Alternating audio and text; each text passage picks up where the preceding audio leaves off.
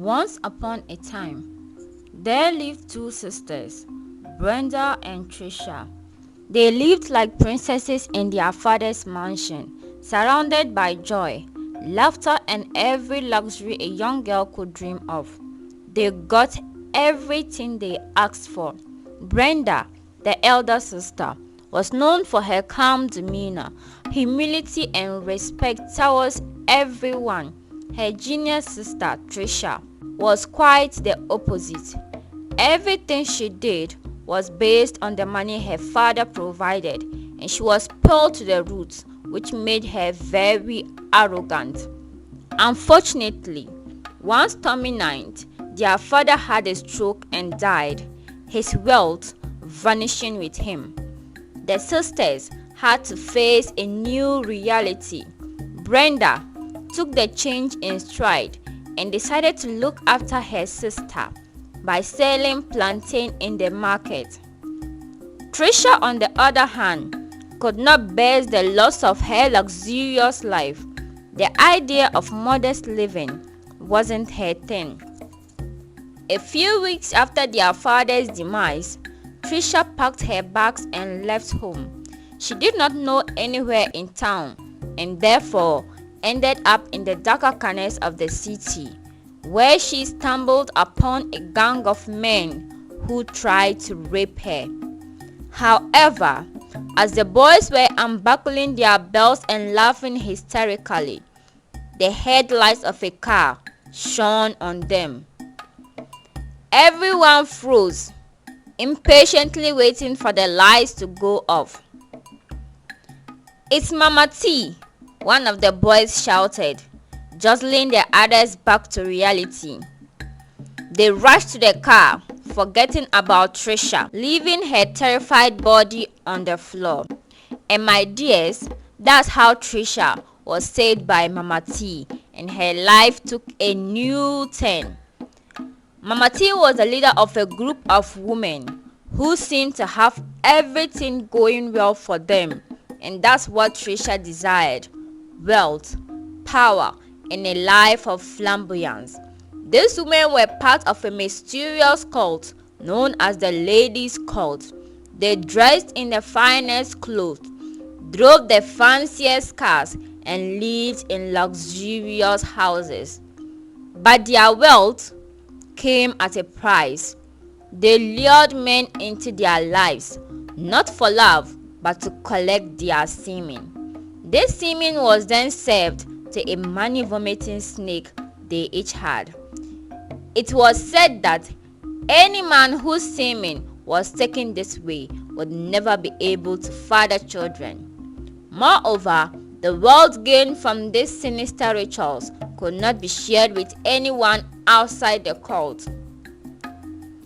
Trisha was mesmerized by their lifestyle and asked questions here and there, so it didn't take much convincing to drag her to the shrine.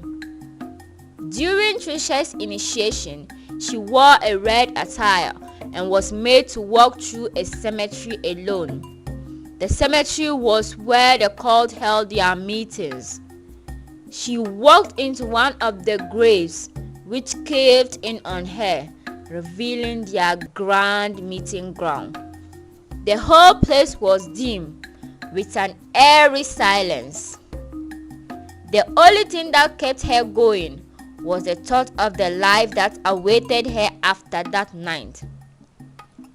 "Come forward, my daughter," the mother of all beckoned to Trisha. That was the name they called the goddess of the shrine. Trisha moved forward more timidly with a raising heart. She was ready to do anything to live just as well as the other ladies.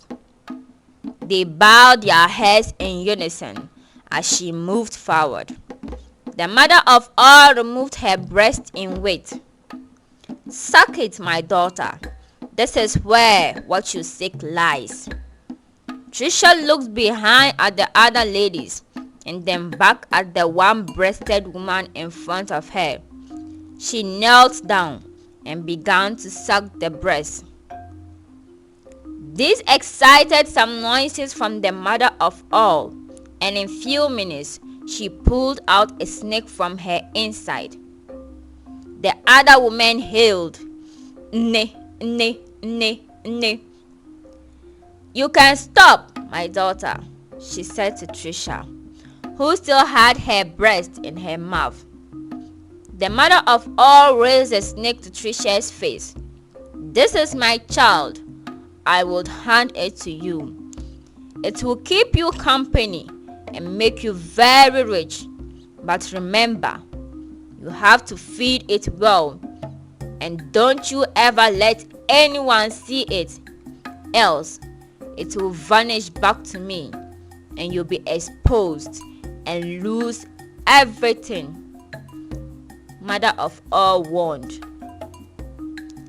Trisha quickly adapted to their ways, discarding her old life and embracing the cult's dark practices. She enjoyed the attention from men she could control and the endless flow of money. Trisha went on vacations every week, luring young men with her newfound wealth. Meanwhile, her sister Brenda sold plantains to make an honest living and take care of her child, whom her husband abandoned her with. One fateful day, Brenda visited her sister to ask for some money to scale up her business. "Madam, your sister is here," Trisha's maid announced.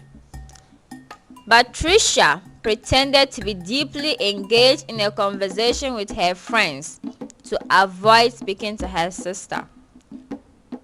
"Trisha, I'm here to see you," Brenda said after she had waited for 20 minutes. Trisha looked up at her sister, motioned for her to follow her. They went into a quiet room. Trisha spoke with an angry voice. "Why do you like embarrassing me all the time?" "Embarrassing you?" Brenda scoffed. "See, I came in peace and I don't have the energy for this. I just came to ask for your help.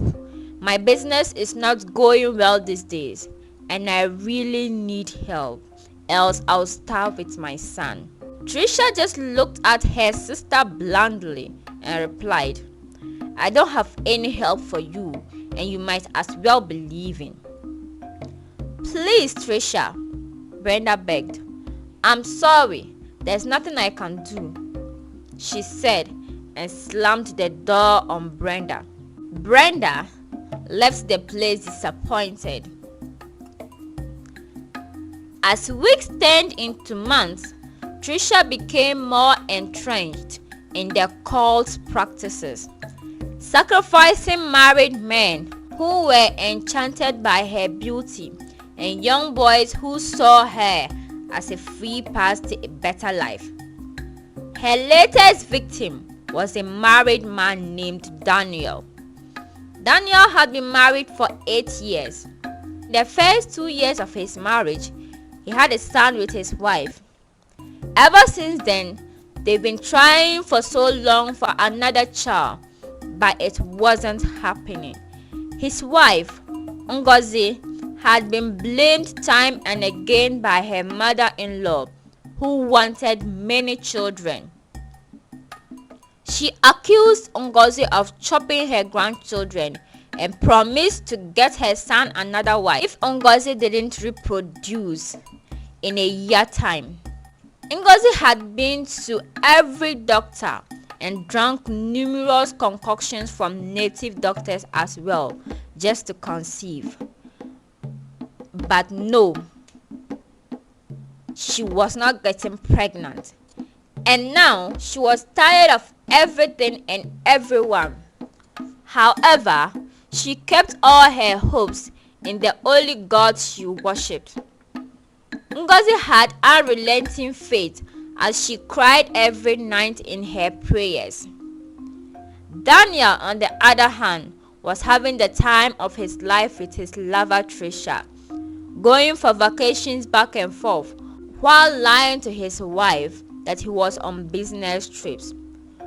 On one of such vacations, Brenda returned to her sister's house with the hope of convincing her to lend her some money. Her son was critically sick and she didn't have anyone to ask for money except her sister. The young lady was willing to go through any humiliation for her son. As soon as she entered the compound, the maid greeted her warmly with a smile and said, "Ma, your sister traveled out of the country 4 days ago." "Really?" Brenda replied, disappointed. "Yes, ma," the maid responded. "That's fine. I'll just rest more and go home. I'm really tired from walking." She tried to sound normal. There and then, Brenda decided to steal from Trisha, even though she had the hope to tell her when she comes back. She wasn't going to watch her son die. The maid brought her juice and disappeared into the house. Brenda got her opportunity. She leaped upstairs. Fortunately for her, Trisha's bedroom door was not locked. She silently slid open the door and entered. It looked like the maid had just finished cleaning it. The young woman was so distressed to even care. She flung the wardrobe open and got to work. She searched through every cloth and crevices, but nothing. She got nothing. She searched inside the bedside table, still nothing. The designer bags and shoes. She looked through the entire room, and just when she had given up hope and decided to leave, a small voice nudged her to push the wardrobe. Lo and behold, behind the wardrobe, there stood a white painted door. At first, she was skeptical, but decided to go in anyway. As she stepped inside, it was very dark and chilly. Brenda heard eerie noises and slithering movements. She moved inside a bit, and there she found a giant white serpent whose body covered the curvaceous room. Brenda screamed and ran out of the house. Throughout the night, Brenda couldn't sleep.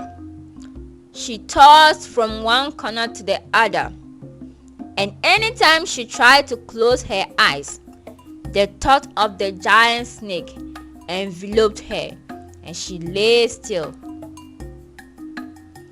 Trisha, on the other hand, returned from her trip that very night. It had been 4 days, and she very well knew her snake would be hungry for some semen. Trisha immediately went to feed the snake after undressing. "Oh my God," she shouted. "I'm dead. I am finished." She was terrified when the snake was nowhere to be found. Her shaking body received a slap from nowhere when she was in the room, going from corner to corner looking for the snake. The slap landed on her bare cheeks and neck. Trisha staggered into her bedroom and noticed her dress was soaked in blood, and it wouldn't stop flowing from down there. It was like a faucet had been let loose. She tried calling her maid, but no one could hear her. The next morning, the maid found her on the stairs, covered in blood. She immediately called Brenda to come to the house, as she was the only family Trisha had. But having been to Trisha's house alone and seeing what she saw the other night, Brenda was not going back to that house alone. So she called her pastor, who accompanied her to the house. Upon entering the house, they saw the unconscious body of Trisha on the stairs. Brenda and the pastor prayed on Trisha. Fortunately, she was brought back to consciousness and taken to the hospital. On the hospital bed, Trisha repented and confessed her sins to the pastor and her sister, who forgave her. Trisha became a new person. However, she could not carry her own children in her womb due to her past connection with the cult. The moral of this story is that no matter how rich you are, you have to train your children to lead normal lives even without money. And we should be patient with ourselves because everything worthwhile takes time. See you on the next one. Bye-bye.